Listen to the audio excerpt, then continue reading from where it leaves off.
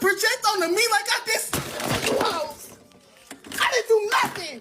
Alright guys, buckle up because today we're looking at the Lashay Hinton story, who is considered the most hated mom on the internet. And when I say most hated, I don't mean like, oh no, she microwaved fish in the office break room type hate. I'm talking about the kind of internet infamy where if Wi-Fi had a fight or flight response, it would unplug itself. So let's rewind a bit. Years ago, back when going viral actually meant something and not just accidentally blinking on TikTok, Lashay became known as the Apple Store Queen. And no, that's not an official Apple title. She didn't get stock options. She wasn't on the board with Tim Cook. She basically walked into an Apple store, grabbed one of the display phones, hit record, and started dancing like she just unlocked a hidden Fortnite emote in real life. That very dance would go on to be the biggest milestone in her early life. And this wasn't just 15 seconds of fame viral. This was people copying it in stores everywhere viral. The Apple Store Challenge was born. Random people were walking into Apple stores, turning the display iPhones into accidental vlog cameras. It was chaos. Somewhere out there, an Apple employee was fighting for their life trying to explain why 47 strangers were twerking next to the MacBooks. At the time, she was kind of seen as iconic. Early internet weirdness, harmless chaos, the main character energy of someone who just wanted to dance in a retail space and dipped. But here's the thing about the internet, it never really forgets, it just waits. Fast forward, years later, TikTok enters the chat, and like a lot of early viral personalities, Lashay decided, you know what, I want that lightning in a bottle again. Which, honestly, relatable. If I peaked dancing in an Apple store, I'd probably try to recreate that too. But this time, instead of a goofy viral moment,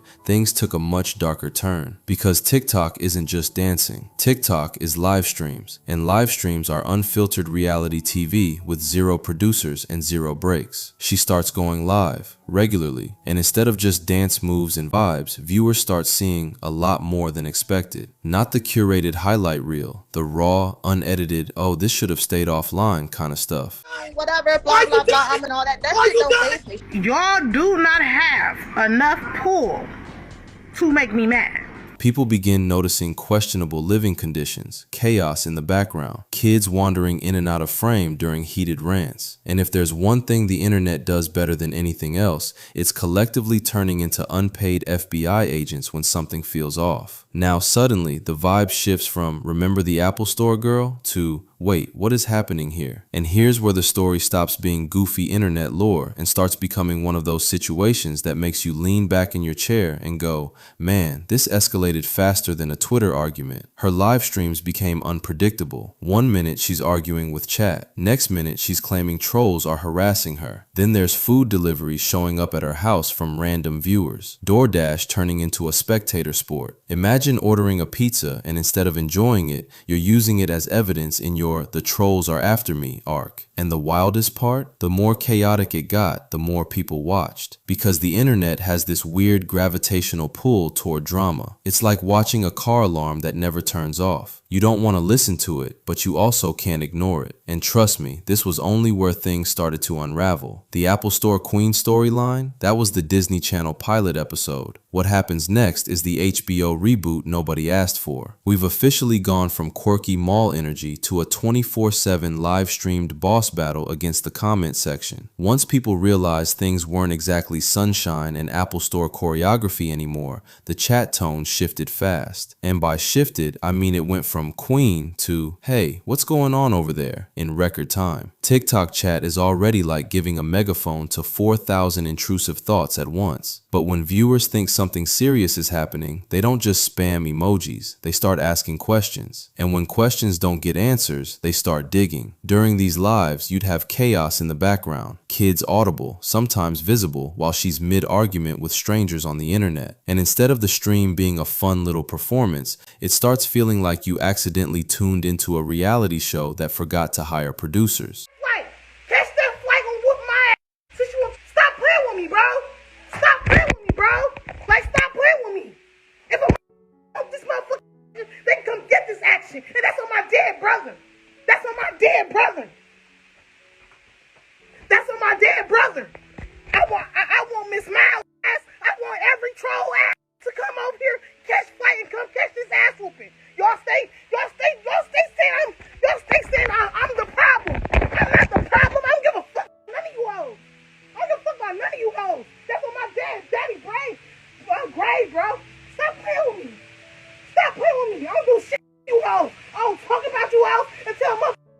me. Y'all consistently talking about me. Consistently talking about me. What the I do to you, bitch? Nobody knows about shit.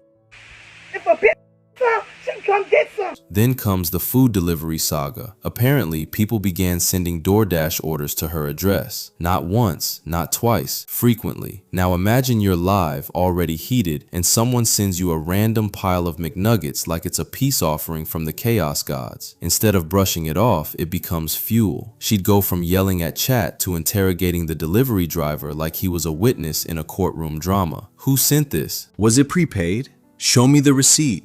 Meanwhile, the driver is just standing there like, ma'am, I just delivered mozzarella sticks. Is it paid? Is it through DoorDash or is it through, give it to me. Cause I know they paid for it, didn't they? I know they paid for it cause I know they paid for it if it's through DoorDash. Yeah. Thank you for whoever paid for it. Thank you for using your DoorDash. Now play with your mama, not me. Next time, use Domino's or something. Thank you. I appreciate it. I think there's a $67 for the cash. They said that they put cash? Mm-hmm. Well, no. You can take it. You can take it. You can take it since they want to do $67 that they don't fucking have, since they claim they care about the motherfucking kids. Since they claim they care about the motherfucking kids, they should have paid for it, you dumb bitch. The internet, of course, eats this up, because when someone reacts loudly to trolls, trolls interpret that as a high score. But here's where it gets heavier. There were growing accusations about neglect, viewers claiming they saw things on live streams that weren't just messy vibes, but genuinely concerning. Allegations about living conditions, allegations about schooling, allegations about discipline, and the more she insisted everything was fine, the more chat would push back. And this is where something really strange happens psychologically. When someone feels attacked, they often double down. It's like arguing with your GPS. You know it's wrong, but you refuse to admit you missed the turn. So now you're just driving in circles out of spite. When I was right on live and I paused the live. I paused the live when this shit happened. I paused the live. I paused the live when that shit happened. I shouldn't have to get on here and doing this shit. And this, man, y'all fucking ridiculous. Y'all fucking delusional, bro. Stop fucking playing with my motherfucking top. Stop playing with my motherfucking household. I don't give a fuck what y'all heard, bro. Every critical comment became a personal battle. Instead of ignoring trolls, she'd lock in. Full debate mode. Voice raised, phone shaking. It wasn't just disagreement. It felt like a war against invisible enemies. And the kids are still around during all of this. That's the part that made the whole situation spiral in public perception. If it were just an adult arguing with trolls, that's Tuesday on the internet. But once children are involved, the audience reaction shifts from popcorn-eating spectators to protective mode. Clips started circulating outside of her page. People reposting moments, slowing them down, analyzing them. The internet loves a breakdown video almost as much as it loves a meltdown. At this point, her reputation had completely flipped. She wasn't the quirky Apple Store pioneer anymore. She was becoming a case study in how quickly fame can mutate into infamy. And the more backlash she received, the more intense the streams became. It was like watching someone try to out-yell a hurricane. There were instances where she claimed trolls were stalking her, others where she'd invite people to confront her face to face, which, as a general rule, is not a great idea when you already have thousands of angry strangers hyper-focused on you. Because the internet doesn't just talk. Sometimes it shows up, and that's when things escalated from chaotic live stream energy to something way more physical. Now, when I say the tension left the screen, I don't mean metaphorically. I mean actual shoes on the ground, outside the house type energy. Because after weeks, maybe months of back and forth with chat, daring people to pull up, telling trolls to stop hiding behind keyboards, someone apparently took that as an open invitation. And this is where the internet does that thing where it forgets it's the internet. She's live on her porch, standard stream, talking, arguing, the usual digital sparring match. Then suddenly, two women approached the front gate. Not in the comments, not behind usernames, in real life. Now pause. This is the moment where any rational human being goes, alright, we're logging off. Today is not the day. You shut the stream down, go inside, reassess your life choices, maybe consider touching grass. But that is not what happened. Instead, it turned into a real-world confrontation that escalated faster than a microwave burrito you forgot to poke holes in. Words were exchanged, energy got heated, and then it crossed the line from yelling to swinging. Dumb ass down here. No, bitch, bring your dumb ass down here. Beat her ass, bitch. Beat her ass. Beat her ass. Beat her ass. Beat her ass, bitch. Beat her ass. Bang that hoe. Beat that bitch. Man, beat that bitch. Beat that bitch. Beat that bitch. Beat that bitch. Beat that bitch. Beat that hoe. Beat that hoe. Beat that bitch. Beat that bitch.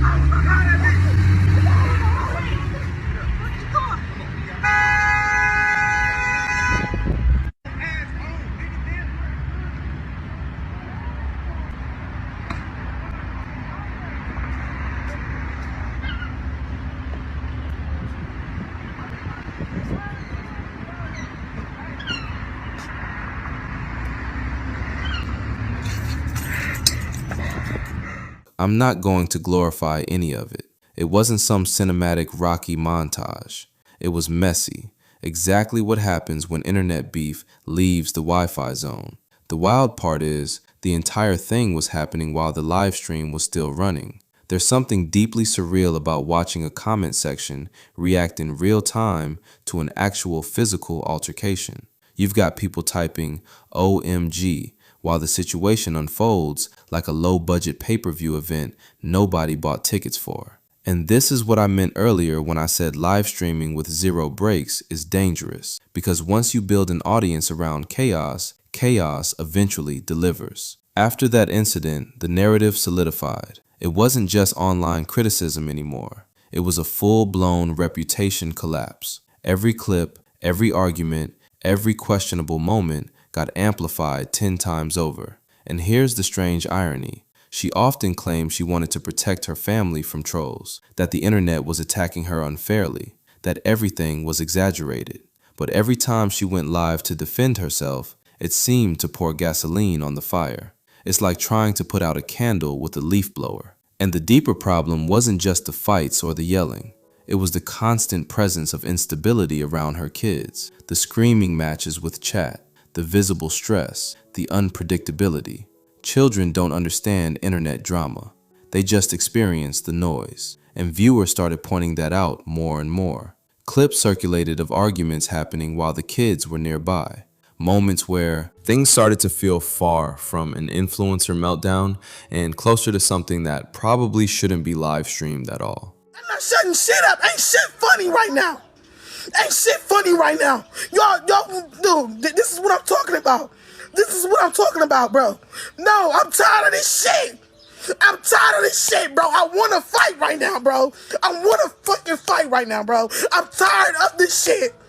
I'm tired of this stalking shit. I want to beat the motherfucking ass who doing this shit, bro. That's why I'm crying, because I want action right now. I want action right now. I want action right now. That's what the fuck I want. I'm tired of this shit, bro. I don't need to take a break. Motherfuckers need to leave me the fuck alone. I don't need to take a break. Motherfuckers need to leave me the fuck alone, bro. Y'all fucking with my kids, bro. Y'all fucking with my kids, bro. Y'all fucking with my fucking kids, bro. Make it make sense, bro. I'm not getting no shit, bitch. Make me get the fuck off this motherfucking internet, you lame ass bitch. I'm doing this shit for my motherfucking kids, bro. At some point, authorities got involved. There were charges related to neglect, court situations, custody changes, and that's when this officially stopped being internet drama and became something much heavier. Once legal consequences enter the picture, it's no longer just a social media storyline. It's real life affecting real people. And yet, even after all that, the live streams continued. Which brings us to the question, why? Why keep going live when every broadcast seems to make things worse? Why stay in the spotlight when the spotlight is actively burning you? That's where the psychology of viral fame gets really strange.